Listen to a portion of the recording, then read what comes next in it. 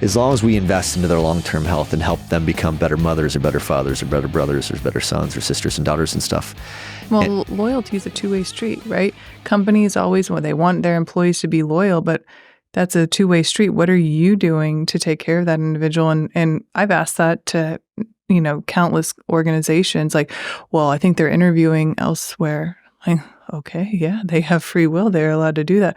Why are they looking elsewhere, right? Yeah, they're free agents. They're free agents. But, what are you doing to develop these people or invest in that just to know them, right? And like that self-reflection hurts. Be like, oh, yeah. What do we have to fix? What do we have to fix? And then so we come to terms with it. And it doesn't mean that you're going to keep 100% of your employees. You're not. That's not what I'm seeking. But it's just to... You want a high retention rate, though. That's... Of course. And this year, for our goals as a business, we define what success looks like in retention, employee retention, and satisfaction were amongst the top things that we wanted. Because if we could take care of them, they'll take care of our clients, and that takes care of all the other problems, right?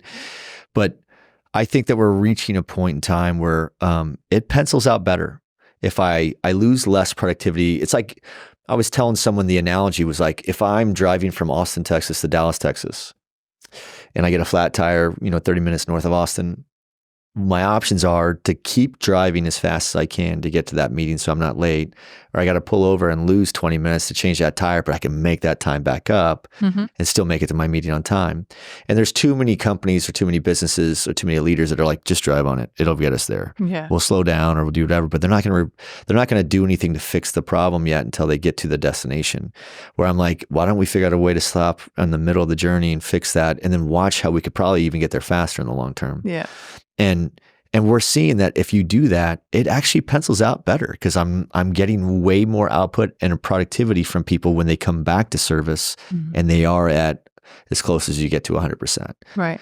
And I'm trying to figure out how we can use our platforms with your leadership to take this from a diverse base, right, where you could take some of the other strong female women in this industry that you've got to brush shoulders with already, and create the chorus sings louder than the soloist, right? So as you use these platforms to go and amplify that net message, we will still block and tackle and cheerlead for you. But there's a lot of things that I almost feel like we as dudes have to govern ourselves amongst the women in this industry. I'll give you an example. Do you know how many conferences? Okay, I've hosted DCAC every year, right? Since we started in 2015. And without a doubt, every year there's some dipshit that will come to this conference. They're normally the ones that are never sitting inside listening to the content. They're the ones sitting outside where the bar's open, and they're just networking and getting drunk because they just view it as a free trip paid for by their company to come to a cool town and meet a lot of cool people.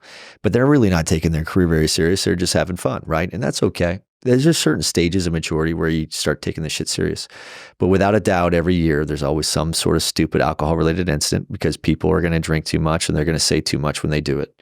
Yeah. I'm not going to remove drinking from everybody because I do like putting some loudmouth soup in front of these people and listening to them actually share their ideas with unfiltered, context. But at the same time, what would happen if we were standing there and Jesse saw, some girl get harassed in any form or fashion and we did nothing about it? Like, that we would go do something about that. We're kicking people out of bars every year at DCAC. It's not a chronic problem. It's just we have a standard. And if you fall below that standard, there's zero pause in how we're going to react or rotate to that.